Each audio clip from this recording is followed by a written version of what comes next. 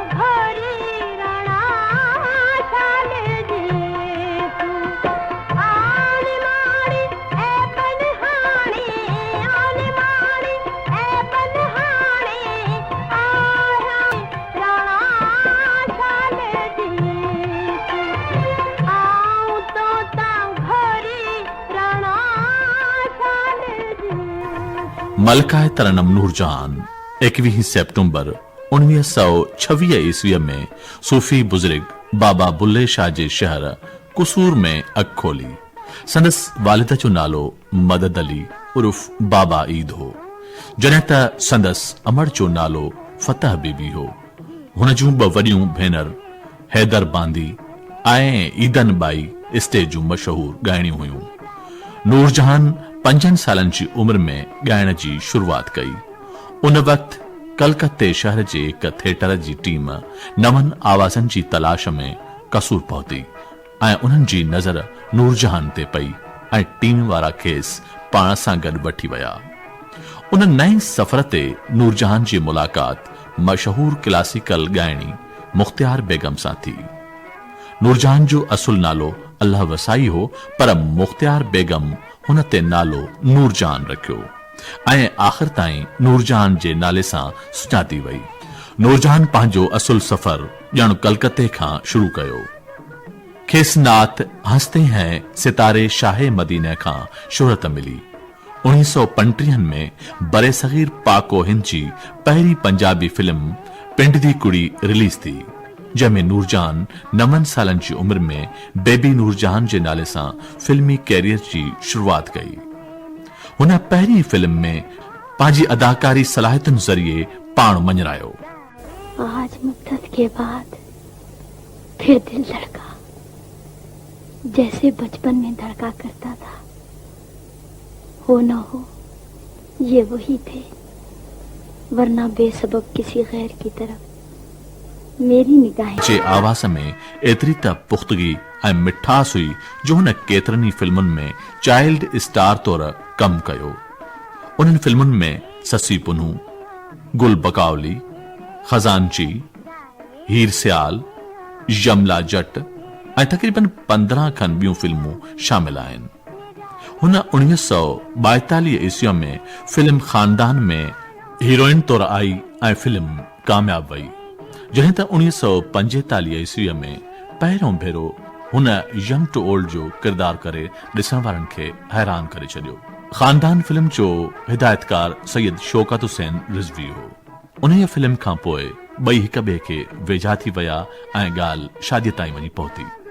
सैयद शौकत रिज़वीअ जुगनू film ठाही हुई, जंहिंमें अदाकार दिलीप कुमार पहिरियों भेरो हीरो तौरु आयो हो।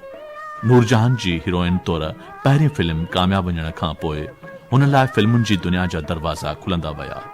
हूअ बम्बईअ वई ऐं उते हुन अनमोल घड़ी, बड़ी मां, दौलत, नौकर, ज़ीनत ऐं ॿियनि फिल्मुनि में बि कमु कयो।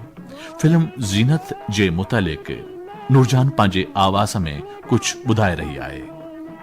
जी, मैं बॉम्बे में थी ना जब मैंने काम किया था ज़ीनत में, उस वक्त मुझे फिर वहाँ ज़ीनत में गाया था बुलबुलो मत रो, यहाँ एजाज़ दिया कि मलका तरन्नुम कहने लगी। जी हाँ, वो तो मुझे मिलता ही नहीं था पार्ट। मेरा पहला बच्चा मुझे होने वाला था, तो वो कहते थे कि भाई ये बहुत भारी रोल है और तुम नहीं, तुम्हें ममता का पता ही नहीं, ये मेरी पिक्चर फेल हो जाएगी अगर तुम काम करोगी तो। और मुझे इतनी स्टोरी पसंद थी और मुझे शौक था कि मैं काम करूं। फिर ये बच्चा मेरा हुआ तो फिर उसके बाद पिक्चर कुछ दिन बंद हो गई, तो मैंने कहा कि फिर मुझे बेटा पैदा हुआ, तो मैंने कहा देखिए शौक साहब, अब ये कभी मैं किसी को रोल नहीं करने दूंगी, क्योंकि वो वीना हैं, उनको बनाना चाहते थे। मैंने कहा अब आपके पास कोई बहाना नहीं और मैं ये रोल करूंगी, क्योंकि इसमें बैक वक्त एक यंग लड़की से लेकर और बुढ़ापे का भी रोल था, तो उस पर फिर मुझे अवार्ड मिला। गाना तो मेरी रूह है जी, इसीलिए मैंने एक्टिंग छोड़ दी कि गाने का ज़्यादा वक्त नहीं मिलता एक्टिंग में।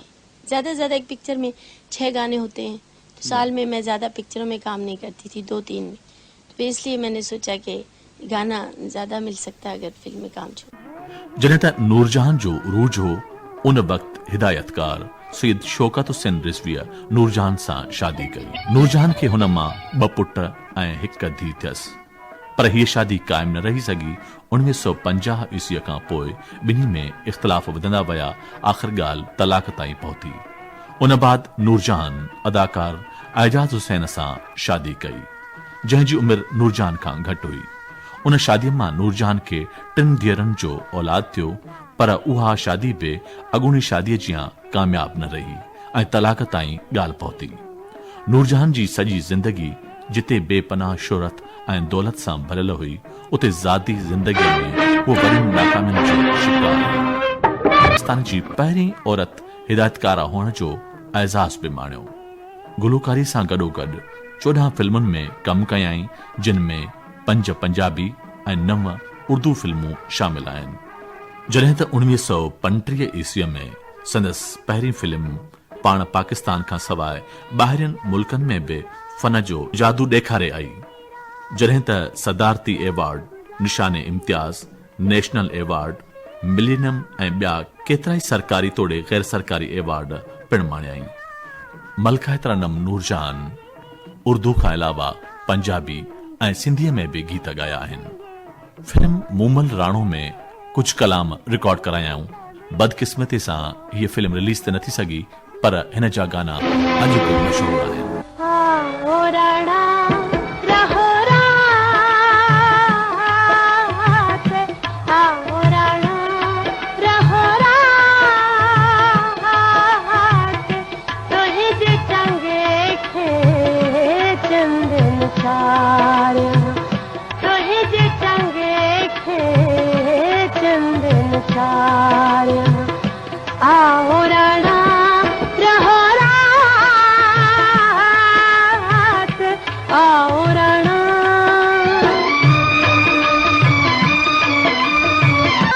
मलका तरन्नुम नूरजहान हमेशा पोइट्री जी सिलेक्शन कई, ख़ासि करे फैज़ अहमद फैज़ सां वॾी अक़ीदत रखंदियूं हुयूं। मलका तरन्नुम नूरजहान जिते केतिरी ई शाइरी ॻाई, पर उन्हनि में ख़ासि करे मुझसे पहली सी मोहब्बत मेरे महबूब न मांग ॻाए तमामु घणी शुहरत माणी। इन ग़ज़ल जे मुतालिक़ फैज़ अहमद फैज़ सां मुलाक़ात जे मुतालिक़ ॿुधाए थी। जी, ये मेरी अपनी धुन है। جب میں نے پڑھا, میں نے عرض کیا نا مجھے شعر و شاعری سے بچپن سے شوق تھا, تو جب میں نے پڑھا تو اس کی دھن ہم نے خود بنائی. پھر یہ میں جب چند لوگوں نے مجھ سے آ کے کہا کہ یہ محمد علی جناح صاحب کے اس میں ہم چیریٹی شو کر رہے ہیں اور ہمیں 6 لاکھ کی ٹکٹیں بیچ دیں. اس وقت 6 لاکھ بہت زیادہ ہوتا تھا, یہ 55 کی 56 کی بات ہے. تو میں نے کہا اچھا میں گاؤں گی. وہاں جب ہم اسٹیج پہ گئے تو میں نے لسٹ دے دی کہ 6 7 10 گانے جو میں نے گانے وہ یہ لے لوں. ان کی ریہرسل بھی کر لی. اینڈ ٹائم پہ پتہ چلا جی یہ آپ نظم نہیں گائیں گی. میں تو حیران ہو گئی, میری تو اس وقت بہت ہی پسندیدہ نظم تھی یہ, اور نہیں میں نے اس کی دھن بنائی تھی. میں نے کہا جی نہیں یہ تو نہیں, میں نہیں کروں گی, ایسے تو ہوگا نہیں. پھر کچھ بہت بڑے افسران تھے جن کا نام بیکار ہے, انہوں نے کہا کہ جی نہیں یہ پھر نہیں ہوگا. تو میں نے کہا تو پھر شو ہی نہیں ہوگا, میں تو گھر جاتی ہوں. میں نے کون سے آپ سے پیسے لیے ہیں, میں تو اپنے ملک کے لیے گا رہی ہوں کہ بھی چیریٹی ہے. پھر ان کو سبوں نے سمجھایا کہ تھوڑا سا اس کا بھیجا یہ ضدی ہے, اس کرنے دیں. آخر کیا وجہ, اب وہ ان دنوں فیض صاحب جیل میں تھے تو کچھ جھگڑا تھا. میں گائی, پھر اتنی مقبول ہوئی اسی دن یہ نظم. بہت فرسٹ ٹائم لوگوں نے سنی, پوری پبلک اٹھ کے کھڑی ہو گئی, اتنی اچھی لگی سب کو. تو میں چلی گئی گا کے. اس کے بعد 2-3 دن بعد مجھے رات کو 2 بجے کے قریب کے 1 بجے فیض صاحب میرے گھر آئے, اور میں تو قریب کوئی سونے والی تھی. تو پتہ چلا, انہوں نے کہا جی فیض آئے ہیں. میں نے کہا بھی کون ہے فیض, پتہ نہیں کون ہے. انہوں نے کہا جی فیض احمد فیض.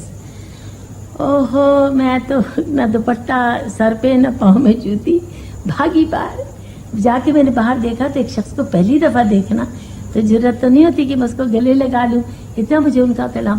ویسے ذہنی طور پہ ان کے کلام کے تو ہم عاشق تھے, ہم نے شکل تو دیکھی نہیں. تو وہی کہتی ہوں نا کہ ایک آرٹسٹ کے ذہن میں ایک محل ہوتا ہے خوبصورت, جس میں کوئی شہزادہ ہوتا ہے. اور اسی طرح اگر مرد کو دیکھو تو وہ بھی کوئی سنگر ہے تو وہ سوچتا ہے, اس میں کوئی نیت کا سوال نہیں پیدا ہوتا کہ بری ہے, عموماً اچھی ہوتی ہے. انہوں نے مجھے دیکھا تو دروازہ کھلا ہوتا نا, تو فیض صاحب نے مجھے گلے لگا لیا, میں نے بھی انہیں گلے لگایا. میں انہیں کہا یہ گھر آئیے. کہتے بھائی میں آپ سے صرف شکریہ ادا کرنے آیا ہوں کہ آپ اتنی اونچی ہستی ہیں جنہوں نے اتنا مقابلہ کرنے کی تم میں یعنی ہمت ہے کہ آپ نے سب کا مقابلہ کرنا تھا نا گورنمنٹ کا, کہ نہیں جی میں تو نہیں گاؤں گی, کچھ ہو جائے میں یہی گاؤں گی. تو آپ کی ہمت کی داد دیتا ہوں, شکریہ کرنے. پھر اس کے بعد کئی مشاعرے میں فیض صاحب سے کہا گیا کہ آپ وہ نظم سنائیے. تو وہ فرماتے تھے کہ یہ نظم نور جہاں کی ہے, یہ اب انہیں کے نام سے منسوب ہے, اور اب میں نہیں اسے پڑھوں گا, وہی پڑھیں گی, وہی گائیں گی. تو وہ انہوں نے اسے اپنے مشاعروں میں پڑھنا چھوڑ دیا. کہتے تھے نہیں نور جہاں اب پڑھیں گی. सिंधी फिल्म इंडस्ट्रीअ में जिते रूना लीला पंहिंजो मक़ाम माणियो आहे, पर अॼु बि मलकाए तरनम नूरजहान जा ॻायल कलाम मशहूर आहिनि. ऐं अॼु बि सिंधी फिल्म इंडस्ट्री या सिंध जे माण्हुनि जे दिल जो संदसि चाहींदड़ अॼु बि सिंधी, पंजाबी, उर्दू तोड़े जंहिं बि ॿोलीअ में हुन ॻायो उन जे गीतनि खे साॻी मोहबत सां ॿुधनि था. उमिरि जे आख़िरी ॾियारनि में हुन खे मुख़्तलिफ़ मोतमार बीमारियुनि पंहिंजे घेरे में आणे वरितो हो, जॾहिं त हयाती बचाइण ख़ातिर हुन लंडन मां बि इलाज करायो. संदसि आख़िरी फिल्म मिस्टर फ्राडी हुई, जेका साल 2000 में रिलीज़ थी. खेसि मलका जो लक़ब सदर अयूब खान ॾिनो हो. चयो वञे थो त नूरजहान सदर अयूब आॾो इहा ख़्वाहिश रखी हुई त संदसि हर वर्सीअ ते आम मोकल रखी वञे. सन 2000 में मलकाए तरनम नूरजहान खे दिल जो दौरो पियो ऐं हूअ 74 सालनि जी उमिरि में असां खां विछड़ी वई. जिस्मानी तरह सां यकीनन हू असां खां दूर आहे, पर संदसि आवाज़ अॼु बि असांजी दिलुनि जी धड़कन आहे ऐं हू गीतनि रस्ते हमेशह सुरनि जी मलकाए रहंदी. मलकाए तरनम.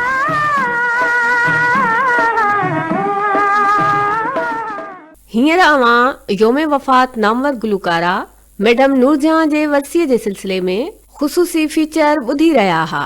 तहरीर आवाज़ सैयद अकबर शाह, प्रोड्यूसर अफसाना चन्ना, पेशकश रेडियो पाकिस्तान खैरपुर.